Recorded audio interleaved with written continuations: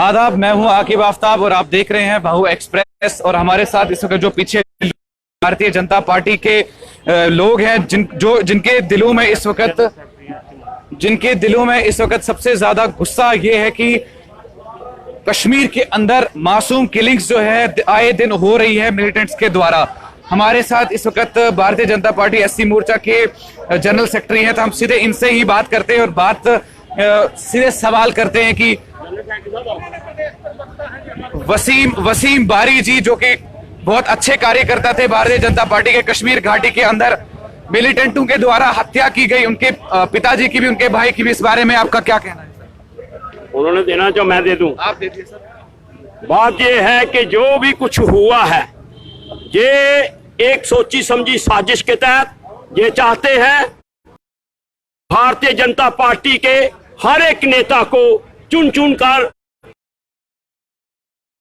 और ये mural down करके, लेकिन हमारा एससी मोर्चा की तरफ से ये मैसेज है कि भारतीय जनता पार्टी एससी मोर्चा का एक एक बच्चा अपने आखिरी खून के कतरे तक भारत के लिए लड़ेगा और पाकिस्तान को ये मैसेज देता है कि हम पीछे हटने वाले नहीं हैं, क्योंकि ये पाकिस्तान बुखला गया है। इस बुखला से पाकिस्तान ये कायराना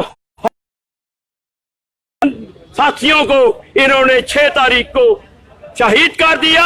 हम इनको छत छत प्रणाम करते हैं और हर एक वर्कर को, हर एक नेता को ये मैसेज देते हैं कि जो सिक्योरिटी लैप्स हुआ बांडीपुरा में ये एक सोची समझी साजिश थी, सरकार इसका सर, आए दिन हमने देखा पुलिस पोस्ट पर हमला हुआ मिलिटेंटों के द्वारा, आम इंसानों पर हमला हुआ, अजय भारती जी पर मिलिटेंटों द्वारा अटैक हुआ।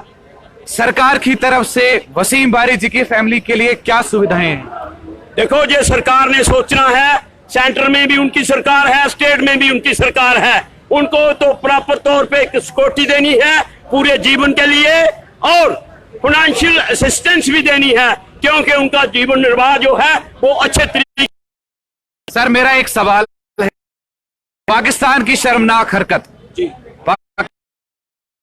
आएगा जी, सरहद पर हमारे जवान तैनात, तो सर फिर वो मिलिटेंट जो है वो सरहद के बीचों बीच से आया कैसे? यानी कि घर में ही शायद कोई ऐसा जो मिला हुआ है। ये सामने लग रहा है कि जिस इंसान को, जिस नेता को 10 आदमी सिक्योरिटी के लिए प्रोवाइड किए गए हो और at the time of the incident एक भी नहीं मिला, इसमें साफ साफ संदेश जाता है कि सिक्योरिटी लैब्स। लगभग 10 एसपीओ थे उनके पास जी, 10 के 10 2 छुट्टी पर थे और 8 को अरेस्ट किया गया, यानी कि शक की घड़ियां जो है सीधे उन पे जाती है। ये सामने लग रहा है सर, इसमें कोई दो राय की बात नहीं है कि सिक्योरिटी लैब्स है और सरकार को चाहिए कि आगे से जो जाने गई हैं आगे से और कोई जाने ना जाए, तो सिक्योरिटी लैब्स का पूरा पूरा ख्याल रखा जाए। यानी कि सर, आपका कहने का मतलब यह है कि इसमें सरकार कहीं ना कहीं चूक रही है। इसमें दो राय थोड़ी है, क्योंकि उन्होंने पूरी जिंदगी उग्रवाद चलाया और उनके पांव उखड़ रहे हैं, वो उखड़े पांव को दोबारा जमाना चाहते हैं, इसलिए वो ऐसी हरकतें कर रहे हैं और हम सरकार से ये चेताना चाहते हैं कि ऐसी हरकतें आज के बाद ना हो। सर, आखिरी सवाल यही रहेगा, वसीम बारी जो अब हमारे बीच में नहीं रहे, उनके पिताजी भी नहीं रहे और उनके भाई भी नहीं रहे, तो क्या लगता है सर आपको, अब सरकार की तरफ से उनकी फैमिली के लिए क्या क्या सुविधाएं जो है वो मिलनी चाहिए? जो मैं जो पहले बोल चुका हूं, आपको बताया है, तो एक तो उनके जो पीछे फैमिली रह गई है उनको मैनेज करना सरकार का काम है और उनको प्रॉपर सिक्योरिटी देना भी सरकार का काम है। सर, क्या अगर बात करें पैसों की, तो अगर 20 लाख 30 लाख रुपए दिए, क्या इससे अच्छा ये नहीं है कि एक फैमिली के मेंबर को नौकरी दी जाए? हाँ, ये देखो ना, एडजस्टमेंट है, पैसे जो है वो शॉर्ट लिविंग है, वो कहीं ऐशोशत में भी जा सकते हैं। अगर कोई मुलाजिम उनके घर का हो जाए तो उनकी लाइफ चलेगी और उनका जो है घर का चूल्हा है वो 2 टाइम अच्छा चलेगा। बहुत बहुत शुक्रिया। हमारे साथ एससी मोर्चा के जनरल सेक्रेटरी थे और आप देख रहे हैं डिस्ट्रिक्ट वाइस प्रेसिडेंट थे। आप देख रहे हैं वहां पर जिस हिसाब से एससी मोर्चा ने ये कंडेम किया कि ये वसीम बारी अमर रहे, ये नारे लगाए जा रहे हैं। सवाल ये नहीं है कि ये किलिंग्स जो है दिन ब दिन बढ़ रही है, सवाल ये है कि ये किलिंग्स आखिर क्यों? पाकिस्तान के नारे लगाए जा रहे हैं, पाकिस्तान हाय हाय, पाकिस्तान हाय हाय। तो सवाल एक आता है, अगर पाकिस्तान की सरहद से भारत की सरहद के अंदर पाकिस्तान का मिलिटेंट आता है, तो सरहद पर खड़े जवान क्या वहां से मिलिटेंट अंदर आता कैसे है? एक सवाल ये रहेगा। और दूसरा सवाल ये रहेगा कि